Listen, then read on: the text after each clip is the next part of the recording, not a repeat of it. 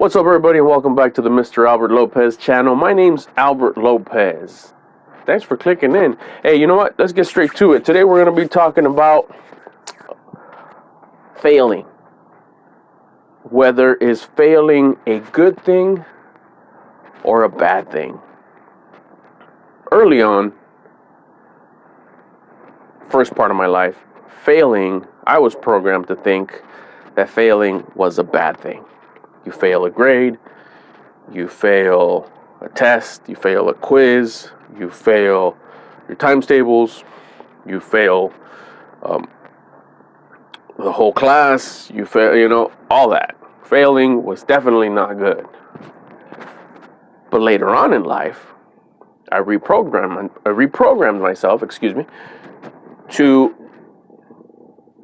learn that failing is an opportunity to learn. I'm sure you heard it before. This isn't new. This is something that's been taught by the greatest teachers out there. Talking about when you fail and you try something and you fail, you learn.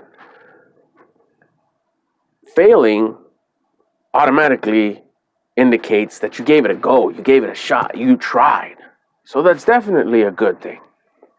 The old school way of thinking, the outdated way of thinking is you failed, you're a failure, and that's bad. And that's not the case. Failing means you tried.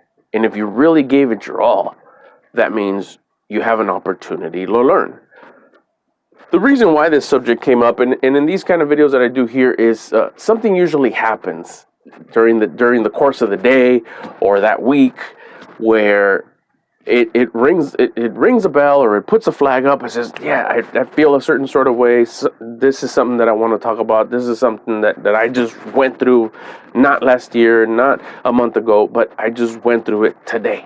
So it's fresh in my mind, and I want to come in here and drop a video on it. Hopefully finds relatability with somebody like, yeah, I went through that too, or I think about that too, or my kids are going through that, or my friends going through that, or something of that sort. And what happened to me was a couple of days ago, I was going to sit down and do my podcast. And I came in this room and I started setting up my mic. I started setting up my computer, getting everything dialed in. Everything's kind of ready to go, but I do gotta kind of move it, get comfy with it wherever I want to actually set it up, fire up the apps and all that good stuff. And I noticed that right outside there was this like engine hum, this noise, this loud just hum, enough to where it starts kind of hurting your ears.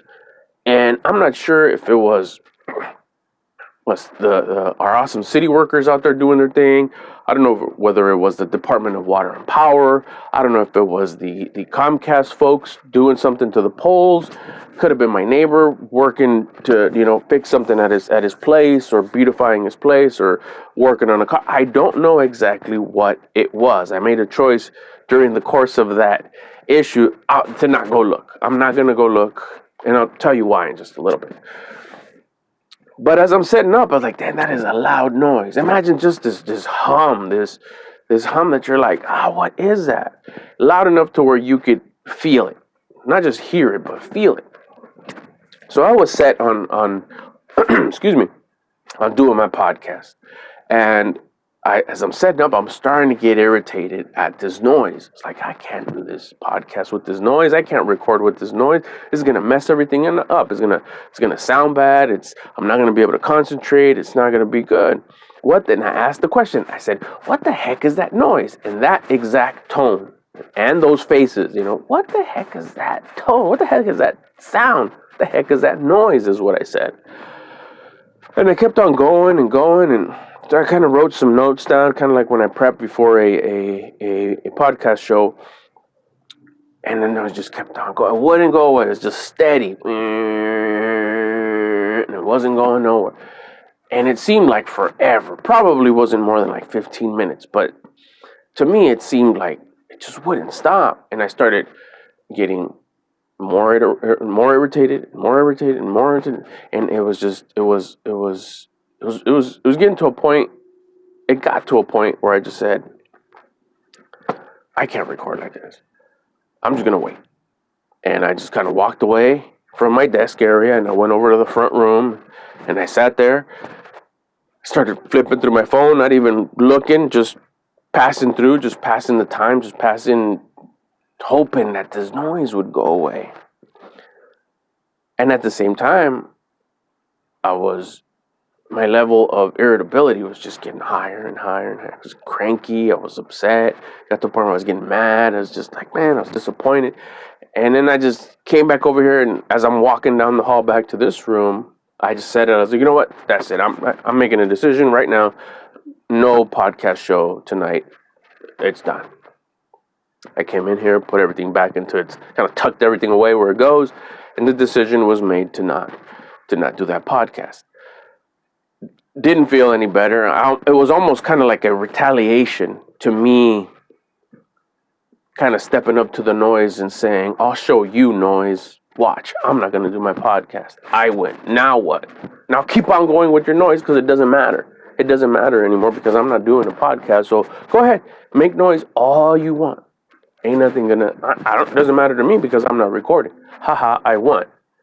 That was kind of the attitude towards me, I'm not doing this, besides being irritable and stuff. But that was the underlying attitude that I had towards this noise.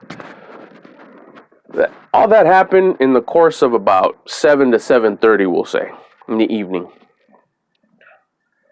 At 10 o'clock, so I kind of, whatever, day's over, hung out with my family, just chilled out, maybe cleaned up a little bit, played with my dog a little bit more, and that was it.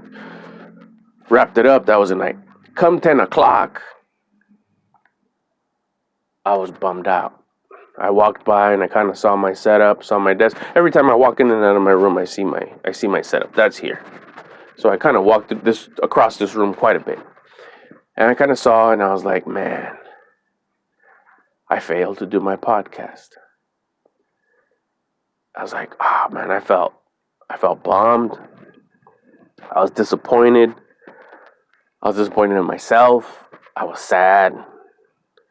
I was like, dang, that's one less podcast that I'll have up, one less message that I could put out there that could maybe, connect me with somebody and have some sort of relatability with a conversation that someone maybe needed to hear, or wanted to hear, something that I could share, that maybe it's something that like, oh yeah, that message could have crossed somebody's ears and kind of just said, oh yeah, you know what, that's helping me cope with what I'm going through, whatever. So I was feeling bad that I couldn't put that information out there, that video, or I'm sorry, that audio file that I was going to put out. And I was feeling bummed. And then I kind of said, wait a minute.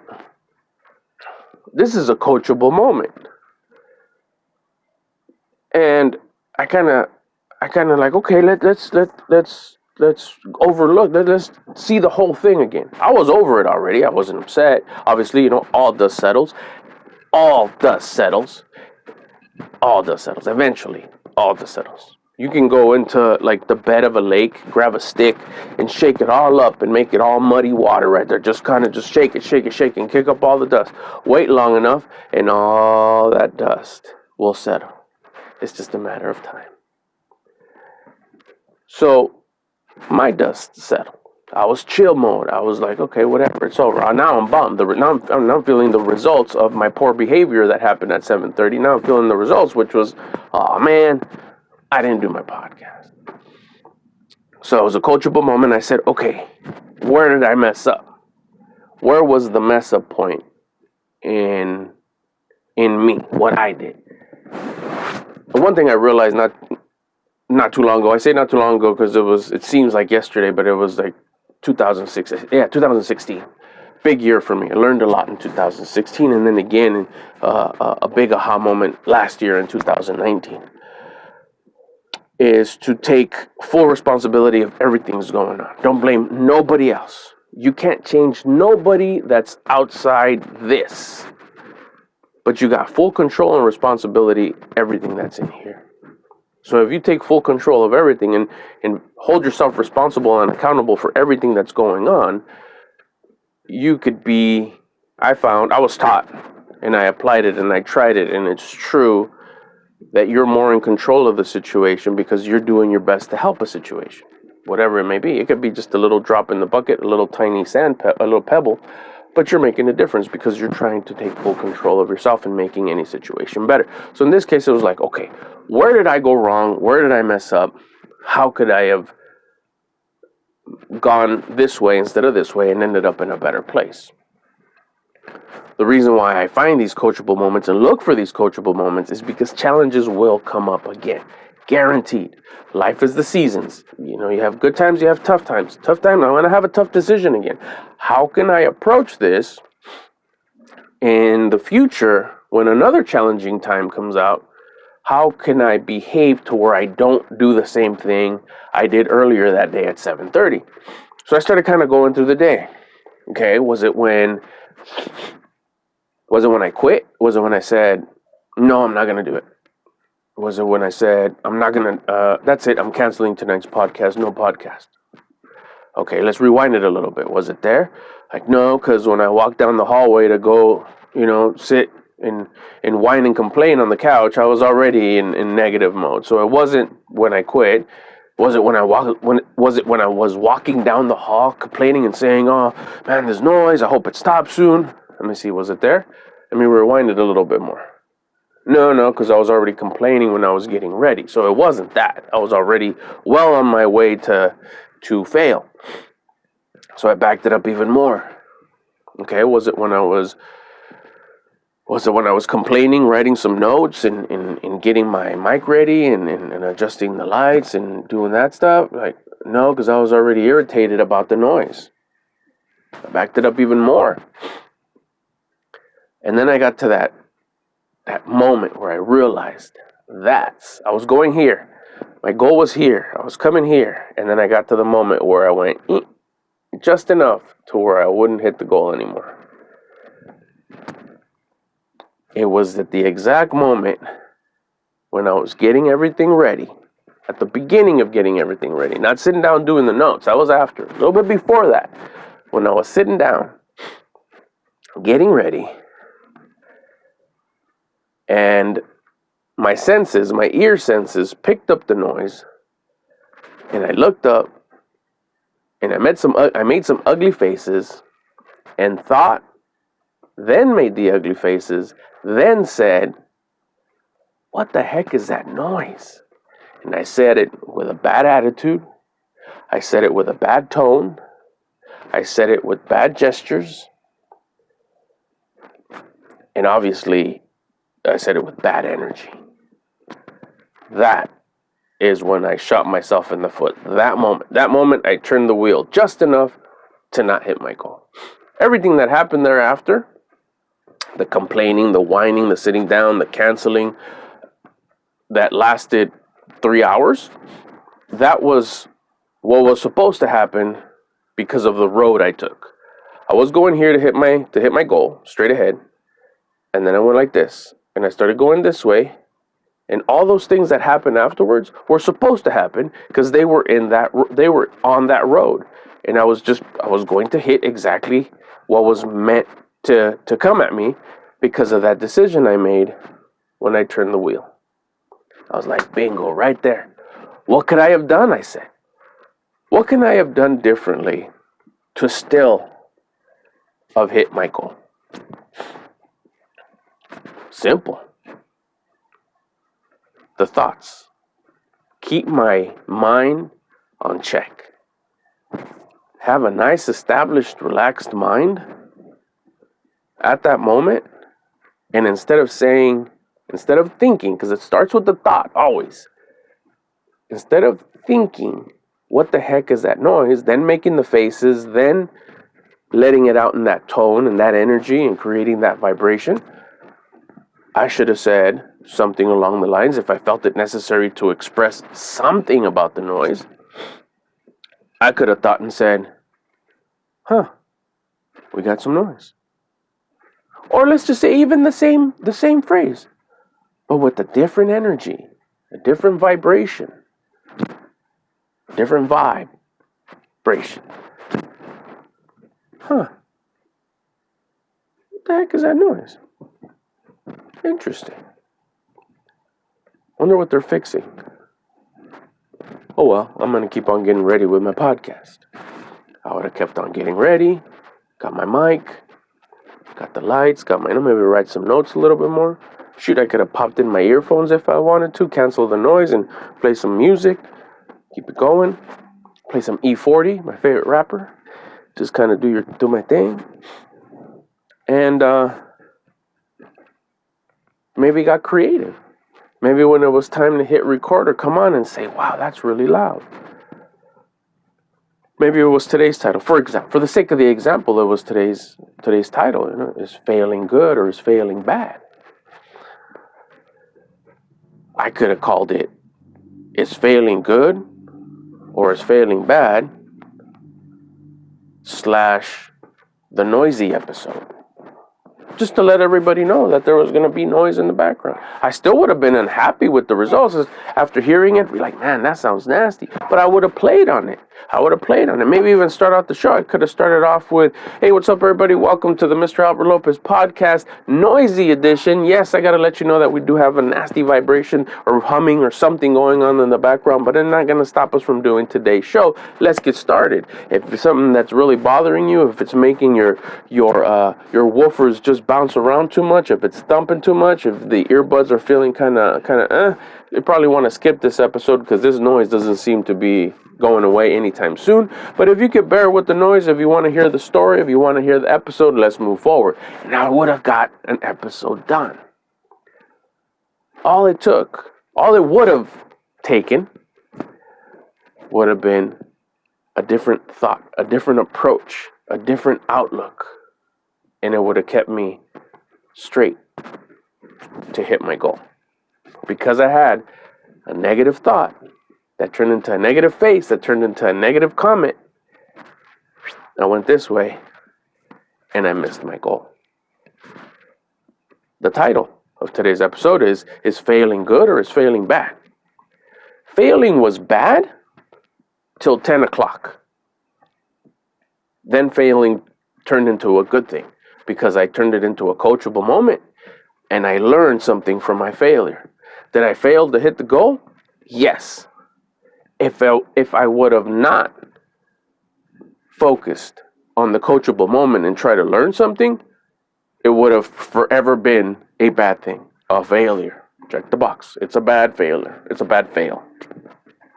But because I took the time to find where I, myself, messed up, where was my shortcoming, where did I screw up, and I fixed it in the sense to where, how am I going to behave when a new challenge approaches in the future? Small challenge, medium challenge, big challenge. It's the same concept. How am I going to think about it up here when it presents itself? Am I going to let it beat me up? And then at the same time, I'm going to beat myself up. Help the challenge beat me up because I'm going to do it too? Or am I going to approach the challenge and say, all right, let's get through it. All dust settles. We'll do our best to take care of it. We'll do our best to handle it. We'll do our best to leverage it, to take advantage of it, to make it work for me. And then let the dust settle and we'll continue to move forward.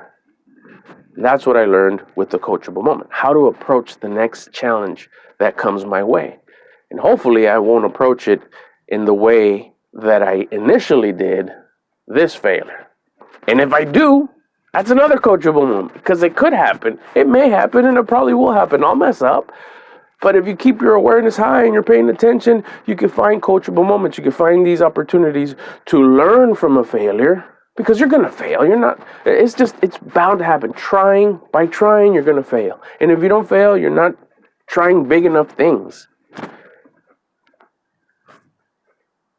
And if you succeed, celebrate. And if you fail, learn from it and be true to yourself. Be real. Where did I mess up? Was it here? No. Was it here? Back it up. You just keep on backing it up.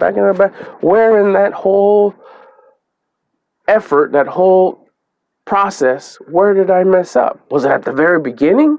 I should have just not started this. Was it a third of the way, a quarter of the way, halfway, a third of the... Figure it out. Figure it out where you messed up. Kind of like I did. Where did I mess up? Started with that thought, right? And everything starts with a thought. Where was that thought? Something to keep in mind, something to always pay attention to as well, that if you fail, self-esteem, self-love over everything. Self-love is greater than everything. You got to have 1,000% self-love for yourself, 100% self-esteem, 100% proud of yourself. They're all the same. They all mean the same thing. We'll just call it self-love. You got to have 100% self-love, because this rule, if you don't have 100% self-love, this rule doesn't work as well, and it'll mess you up. If you have 90% self-love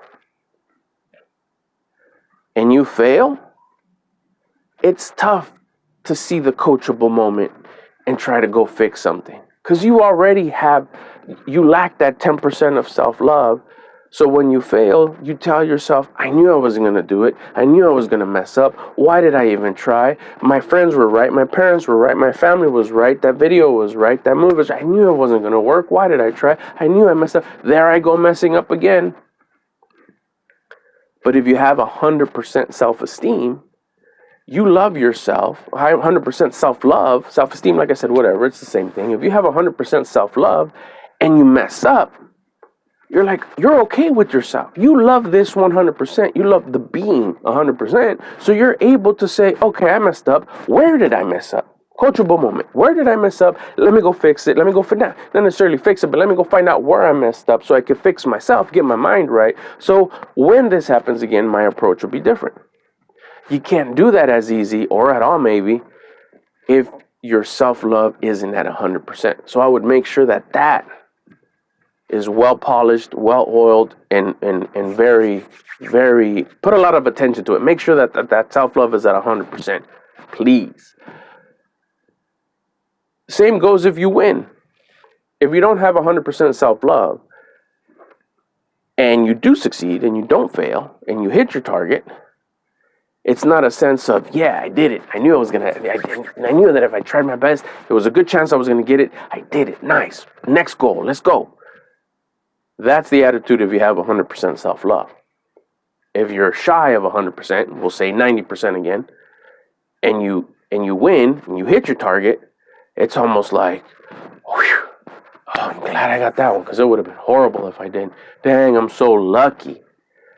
You give credit to luck versus giving full credit to yourself that created the luck. Full credit to your efforts, to your blood, sweat, and tears that created that win. So make sure that self-love greater than anything. You got to make sure that that's on the 1,000 before you can start applying a lot of these things that you pick up along the way, especially like in this story. So there you have it. That's the answer. Is failing good or is failing bad? It could be bad. Failing could be bad if you don't see it as a learning experience. Failing could be good once you realize, oh, I messed up. I failed. Where did I mess up? Let's go learn something from it. Now, if you fail in something that you don't want to do, that you don't like to do, and you fail, like, where did I mess up? At the very beginning, you don't want to do this. You don't like to do this.